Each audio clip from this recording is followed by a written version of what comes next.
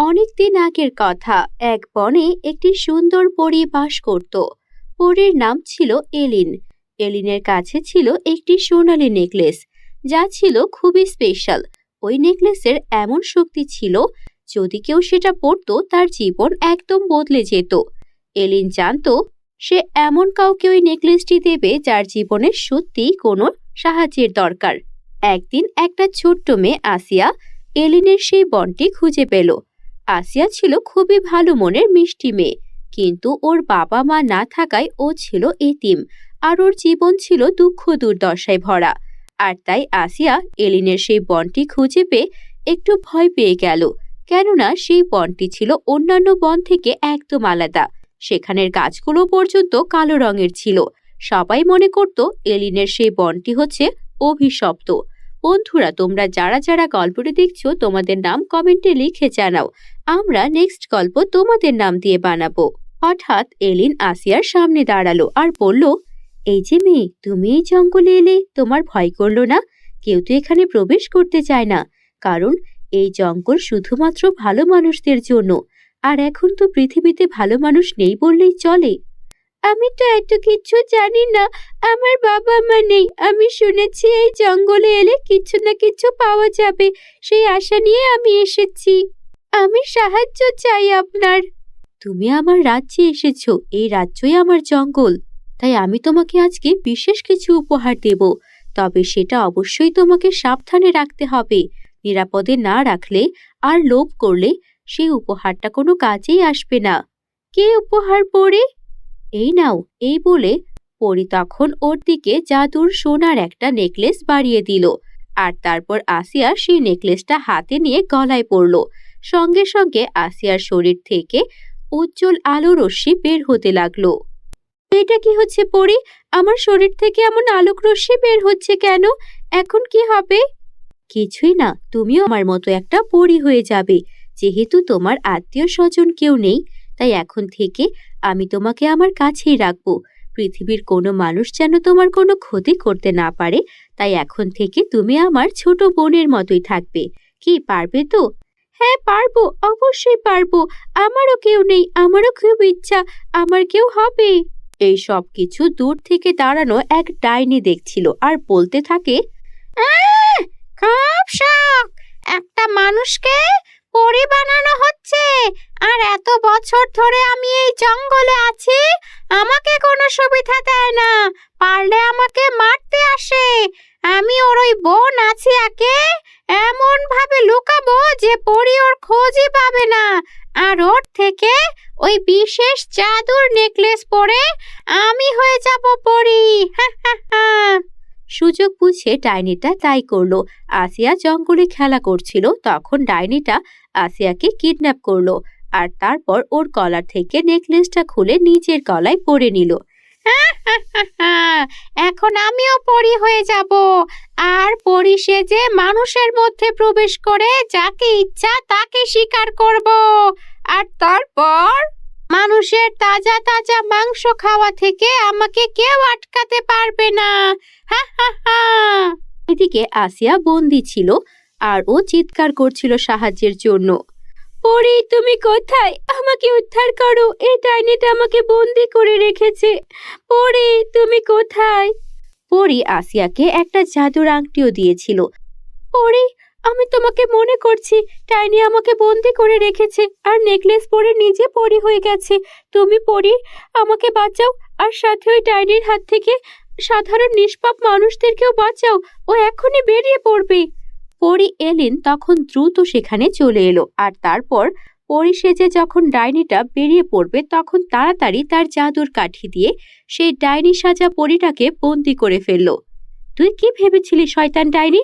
তোকে এর আগে অনেক সুযোগ দিয়েছি, তোকে বলেছি তুই কোনো খারাপ কাজ করলে সেদিনই হবে তোর শেষ দিন, আর তাই হলো। আজকে তোকে আমি মেরেই ফেলবো।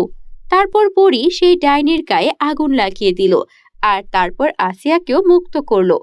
ধন্যবাদ আসিয়া, তুমি তোমার বুদ্ধির জোরে আমাকে যদি না ডাকতে, তাহলে এই ডাইনিটা পরী সেজে আমাদের পরীরাজ্যের বদনাম করাতো, আর অসুস্থ নিষ্পাপ অসহায় মানুষদেরকেও মেরে খেয়ে ফেলতো। তোমার কাছে আমি কৃতজ্ঞ, তুমি সত্যিই পরী হওয়ার যোগ্য।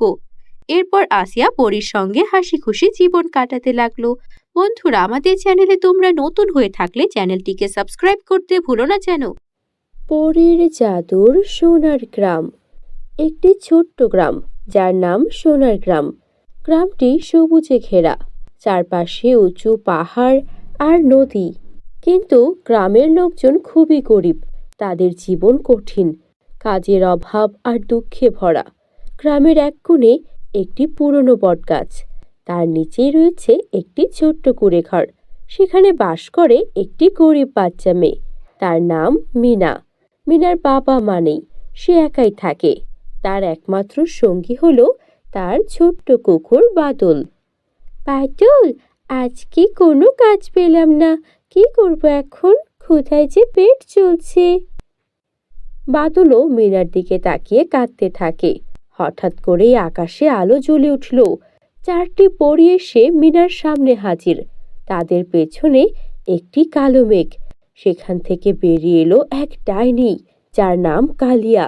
কালিয়া খুবই লোভী আর মন্দ। সে পরীদের জাদু শক্তি চুরি করতে চায়। মিনা, আমরা তোমাকে সাহায্য করতে এসেছি। আমাদের জাদুর শক্তি দিয়ে তোমার গ্রামকে সমৃদ্ধ করব। তখন দ্বিতীয় পরী বলে, কিন্তু সাবধান, কালিয়া ডাইনি আমাদের জাদুর শক্তি চুরি করতে চায়। তুমি আমাদের সাহায্য করতে পারবে? আমি আমি কিভাবে সাহায্য করব? আমি তো শুধু একটি গরিব মেয়ে। তখন তৃতীয় পরী বলল, তুমি সাহসী এবং ভালো মেয়ে, তোমার সাহায্যেই আমরা কালিয়াকে হারাতে পারবো। বন্ধুরা, তোমরা যারা যারা গল্পটি দেখছো, তোমাদের নাম কমেন্টে লিখে জানাও। আমরা নেক্সট গল্প তোমাদের নাম দিয়ে বানাবো। তখনই ডাইনি কালিয়া হাসতে শুরু করে। অনেক জোরে জোরে সেই হাসি। হাসি শুনলে কলিজা কেঁপে উঠবে। হা হা হা হা হা, কেউ আমাকে হারাতে পারবে না।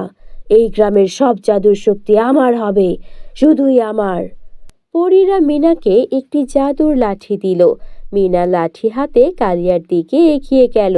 কালিয়া তার জাদুর শক্তি দিয়ে মিনাকে ভয় দেখাতে চাইল, কিন্তু মিনা মোটেও ভয় পেল না। সে তার সাহস আর বুদ্ধি দিয়ে কালিয়াকে হারাতে লাগলো। কালিয়া, তুমি এই গ্রামের লোকেদের কষ্ট দিয়েছ, আজ আমি তোমাকে থামাবো। তুই একটি ছোট্ট মেয়ে, আমাকে কিভাবে হারাবি? মিনা তার জাদুর লাঠি দিয়ে একটি আলোর বল তৈরি করলো, আর সেই আলোর বল কালিয়ার দিকে ছুঁড়ে মারলো। কালিয়া আলোর বলের সামনে টিকতে পারল না। সে চিৎকার করে পালিয়ে গেল। কালিয়া পালিয়ে যাওয়ার পর পরীরা তাদের জাদুর শক্তি দিয়ে গ্রামকে সুন্দর করে তুলল। গাছগুলোতে ফল ধরল, নদীতে পরিষ্কার পানি বয়ে গেল। গ্রামের লোকজন খুশিতে নাচতে লাগলো। ধন্যবাদ বিনা, তুমি আমাদের বাঁচিয়েছ। ধন্যবাদ আপনাদের, আপনারা না এলে আমি কিছুই করতে পারতাম না। পরী বলল, মিনা, তুমি সাহসী এবং ভালো মেয়ে। এই জাদুর লাঠি তোমার থাক। যখনই কষ্ট পাবে, এই লাঠি তোমাকে সাহায্য করবে। আমি কখনো এই গ্রামের লোকেদের কষ্ট হতে দেব না। সেদিন থেকে সেই গ্রামে সুখ শান্তিতে সবাই থাকতে শুরু করলো। গ্রামটি এখন আগের চেয়ে অনেক সুন্দর। গাছপালা সবুজ, নদীর জল নির্মল, আর গ্রামের লোকজনও সুখে আছে। কিন্তু মিনার মনে এখনো একটি ইচ্ছে রয়েছে।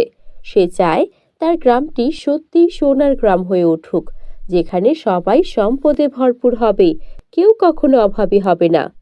বাদল, আমাদের গ্রাম এখন অনেক সুন্দর, কিন্তু আমি চাই এখানে সবাই সম্পদশালী হোক, কেউ যেন আর কষ্ট না পায়। মিনার দিকে তাকিয়ে বাদল লেজ নাড়ে। হঠাৎ আকাশে আবারও আলো জ্বলে ওঠে। চারটি পরী আবারও মিনার সামনে হাজির হয়। পরী বলে, মিনা, আমরা তোমার ইচ্ছা শুনেছি। তুমি চাও তোমার গ্রাম সোনার গ্রাম হয়ে উঠুক? হ্যাঁ, আমি চাই, কিন্তু কিভাবে সম্ভব? আমাদের জাদু শক্তি দিয়ে আমরা তোমার গ্রামকে সোনার গ্রামে পরিণত করতেই পারি, কিন্তু মনে রাখবে, সম্পদ সবসময় সুখ নিয়ে আসে না। আমি বুঝেছি, আমি চাই সবাই সুখে থাকুক। তাহলে তোমার ইচ্ছা পূরণ করব, কিন্তু সাবধান, সম্পদের লোভ যেন কাউকে মন্দ না করে তোলে। পরীরা তাদের জাদুর লাঠি উঁচু করে গ্রামের দিকে তাক করল। হঠাৎ আকাশে ঝলমল আলো ছড়িয়ে পড়ল।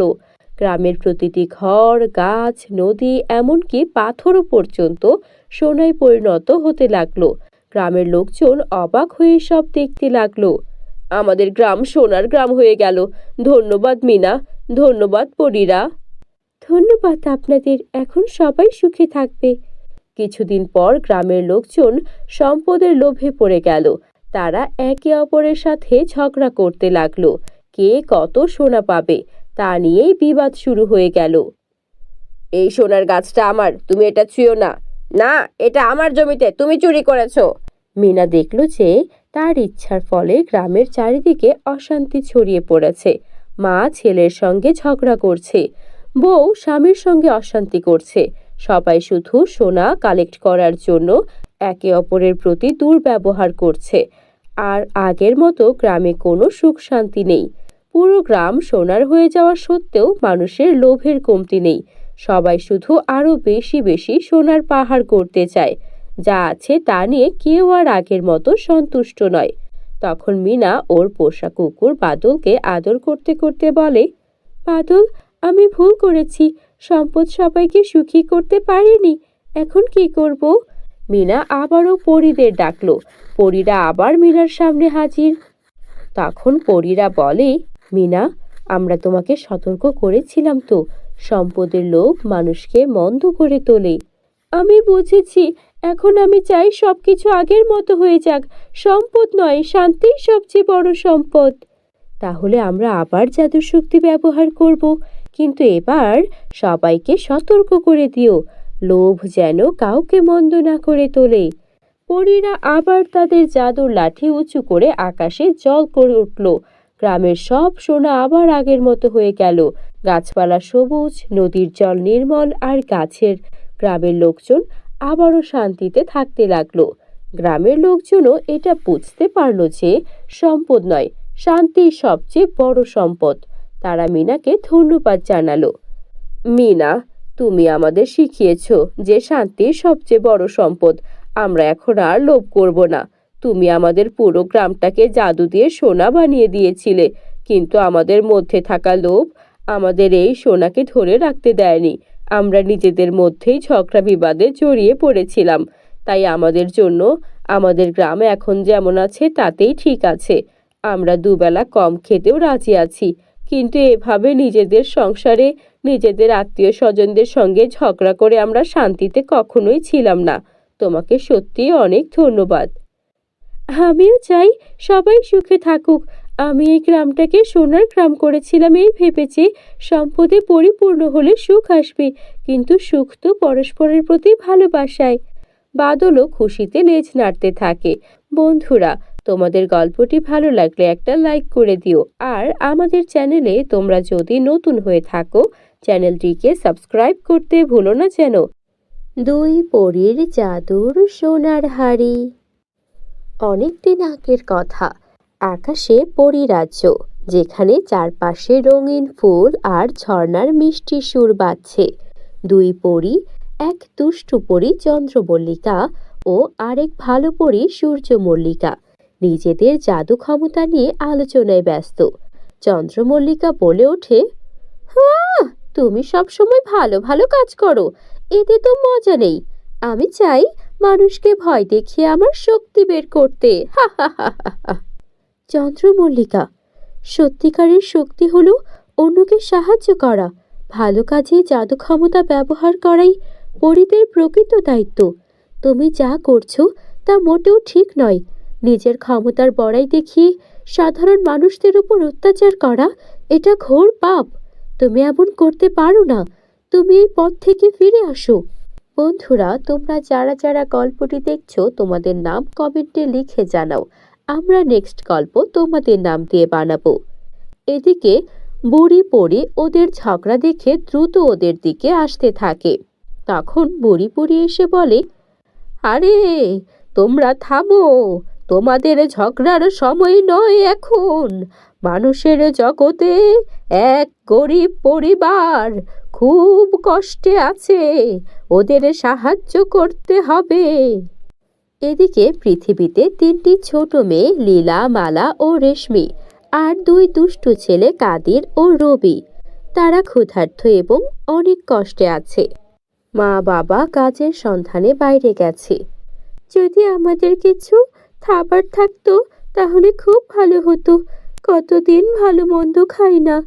তখন কাদের বলতে থাকে, যদি একটা জাদুর হাড়ি পেতাম, যা চাইতাম তাই আসতো, কতই না ভালো হতো তখন। আমরা কি কখনো কোনো জাদুর হাড়ি পাবো? ঠিক তখনই আকাশ থেকে সূর্যমল্লিকা নেমে আসে আর বলতে থাকে, আমি জানি তোমাদের কষ্ট হচ্ছে। আমি তোমাদের একটি জাদুর সোনার হাড়ি দেব। এতে যা চাইবে তাই পাবে। তবে শর্ত একটাই, কখনো লোভ করবে না। সবাই খুশি হয়ে হাড়ি নেয়। হাড়ি থেকে খাবার, কাপড় আর খেলনা বের হতে থাকে। ওরা খুশিতে লাফাতে শুরু করে। আর এত আনন্দ পেতে দেখে পরীও অনেক বেশি খুশি হয়ে যায়। সূর্যমল্লিকা ওদের দেখে হাসতে থাকে। এদিকে চন্দ্রমল্লিকা লুকিয়ে লুকিয়ে তা দেখছিল। মানুষের সুখ চন্দ্রমল্লিকার মোটেও সহ্য হয় না। ও তেলে বেগুনে জ্বলে উঠতে থাকে। এত সহজে সুখ? না না না না, এত সহজে সুখ তো ওদের আমি পেতে দেব না। সূর্যমল্লিকার বানানো এই জাদুর সোনার হাড়ি তো আমি কেড়ে নেবই নেব। ওই সুখ শুধু আমার হবে। তাই চন্দ্রমল্লিকা ছদ্মবেশে একটা বুড়ি হয়ে সেই কুটিরে যায় আর বাচ্চাদেরকে ডাকতে শুরু করে। ওরে বাচ্চারা, তোমাদের এই হাড়ি তো খুব সুন্দর। যদি আমি একটু দেখতে পারতাম তাহলে বড্ড ভালো হতো। আমার কাছে মজার মজার সব খাবার আছে, যা একবার খেলে পৃথিবীর সব সুস্বাদু খাবার তোমরা ভুলে যাবে। এই হাড়ি বেশি দিন কাজ করবে না। এমনিতেই কদিন পর এই হাড়ির জাদু ক্ষমতা নষ্ট হয়ে যাবে। তার চেয়ে বরং হাড়িটা আমায় দাও, আর আমি তোমাদের মজার সুস্বাদু খাবার দিচ্ছি। কাদির আর রবি পরীর দেওয়া সুস্বাদু খাবারের লোভে তখন হাড়িটা বের করে দেয়। এই নাও বুড়িমা হাড়ি, কই আমাদের সুস্বাদু খাবার দাও। কে সুস্বাদু খাবার দেবে? বোকা ছেলেরা। এই বলে চন্দ্রমল্লিকা হাড়ি নিয়ে উড়ে যায়। এদিকে সূর্যমল্লিকা বাচ্চাদের সঙ্গে দেখা করতে আসে আর দেখে ওদের কাছে সেই পরীর দেওয়া হাড়িটা নেই। তখন বাচ্চারা সব ঘটনা খুলে বলে। বুঝতে পেরেছি, এটা আর কেউ নয়, আমারই বোন চন্দ্রমল্লিকার কাজ। ও কারো সুখ দেখতে পায় না। তোমাদেরকে আমি আগেই সতর্ক করেছিলাম তোমরা যেন লোভ না করো, কিন্তু তোমরা লোভ করে ফেলেছ। আমি তোমাদেরকে আবার ওই হাড়ি ফিরিয়ে দেব। আর এটা থেকে তোমরা শিক্ষা নাও যে কখনো লোভ করতে নেই। লোভ করলে মূল্যবান জিনিস আমাদের জীবন থেকে হারিয়ে যায়। এদিকে সূর্যমল্লিকা ভাবে যেভাবেই হোক চন্দ্রমল্লিকাকে কথা বলে হলেও বোঝাতে হবে সে যে কাজগুলো করছে সেগুলো মোটেও ভালো কাজ নয়। এমনটা করলে সে ভবিষ্যতে পরিরাজ্যের রানী তো হতেই পারবে না, তার সঙ্গে পৃথিবীর মানুষরাও তাকে চরম ঘৃণা করবে। আর সে তো সারা জীবন যুবতী থাকবে না, তাই বৃদ্ধকালে সে আশেপাশে কাউকে পাবে না। এদিকে চন্দ্রমল্লিকাও একান্তে বসে নিজের ভুল নিয়ে ভাবছিল। চারপাশে অন্ধকার মেঘ আর ঠান্ডা বাতাস বয়ে যাচ্ছে। আমি সব সময় দুষ্টুমি আর লোভের পথে হেঁটেছি, কিন্তু সূর্যমল্লিকার ভালোবাসা আর সততা আমাকে বদলে দিয়েছে। আমি কি সত্যিই বদলাতে পারবো? চন্দ্রমল্লিকা নিজের ছায়ার দিকে তাকায়, যেখানে তার অন্ধকার শক্তি ঘুরপাক খাচ্ছে। বুড়ি পড়ি, আমি আমার ভুল শুধরে নিতে চাই। মানুষের উপকারে আমার জাদু ব্যবহার করতে চাই। আমাকে সাহায্য করুন দয়া করে, আমি ভালো হতে চাই। বাহ, অবশেষে তুমি সত্যিকারের পরীর দায়িত্ব বুঝতে পেরেছো। তবে তোমার অন্তরের সত্যিকারের পরিবর্তন দেখতে চাই আমি। দেখা যাক সামনে তুমি কি করো। চন্দ্রমল্লিকা আবারও সেই বৃদ্ধা সেজেই কুটিরে যায়। বাচ্চারা অবাক হয়ে যায়। লীলা চমকে উঠে বলে, তুমি তো সেই বুড়ি, তুমি আমাদের হাড়ি চুরি করেছিলে। হ্যাঁ, আমি ভুল করেছি। তখনই বুড়ি তার চন্দ্রমল্লিকার রূপে ফিরে আসে আর বলে, আমি আসলে পড়ি চন্দ্রমল্লিকা, কিন্তু এবার আমি তোমাদের স্বপ্ন পূরণে তোমাদের সাহায্য করতে এসেছি। তোমাদের জীবনে আর কোনো কষ্ট থাকবে না, আমি কথা দিচ্ছি। তোমাদের হাড়ি আমি চুরি করে নিয়েছিলাম, কিন্তু তোমাদের জীবনে আমি সব সুখ আবারও ফিরিয়ে দেব। চন্দ্রমল্লিকা তার জাদুর ছুরি ঘোরাতে থাকে। জাদুর ছুরি ঘুরিয়ে কুটিরকে সুন্দর বাড়িতে পরিণত করে। বাচ্চাদের বাবা মার জন্য ভালো কাজের সুযোগ করে দেয়। বাচ্চারা নতুন জামা কাপড় আর খেলনা পায়। তখন কাদিরও খুশি হয়ে বলে, আরে বা, দুষ্টু পরীটা ভালো হয়ে গেছে, ভালোই হলো। হাঁড়িটা না দিলে দুষ্টু পরীটা তার ভুল বুঝতে পারতো না। যা হয়েছে ভালোর জন্যই হয়েছে। সবাই আনন্দে নাচতে থাকে, আর সূর্যমল্লিকাও দূর থেকে তার বোনের পরিবর্তন দেখে ভীষণ খুশি হয়। এদিকে এরপর থেকে চন্দ্রমল্লিকা আর সূর্যমল্লিকা একসঙ্গে জাদুর রাজ্যে ফিরে যায়। ভালো কাজের জন্য নতুন অভিযান শুরু করে ওরা। বন্ধুরা, গল্পটি ভালো লাগলে একটা লাইক করে দাও। আর আমাদের চ্যানেলে তোমরা যদি নতুন হয়ে থাকো, চ্যানেলটিকে এক্ষুনি সাবস্ক্রাইব করে ফেলো। আর পরবর্তী গল্পের জন্য বেল বাটনে প্রেস করে দাও। Bye bye.